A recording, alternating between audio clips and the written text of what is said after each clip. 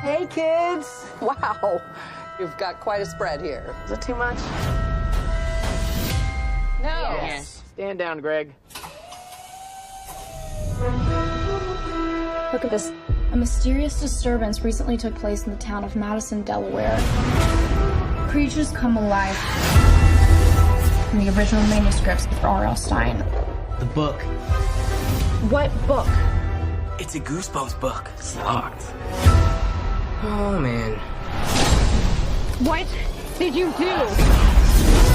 It's time to make Halloween last forever. They don't look happy. But go! Let me get this straight. We're living a Goosebumps story right now? I hear it's a real scream. Halloween is alive. I know. It's my favorite holiday, too. You're gonna need some serious therapy after this. That book is the only thing we have to end this. Let's go.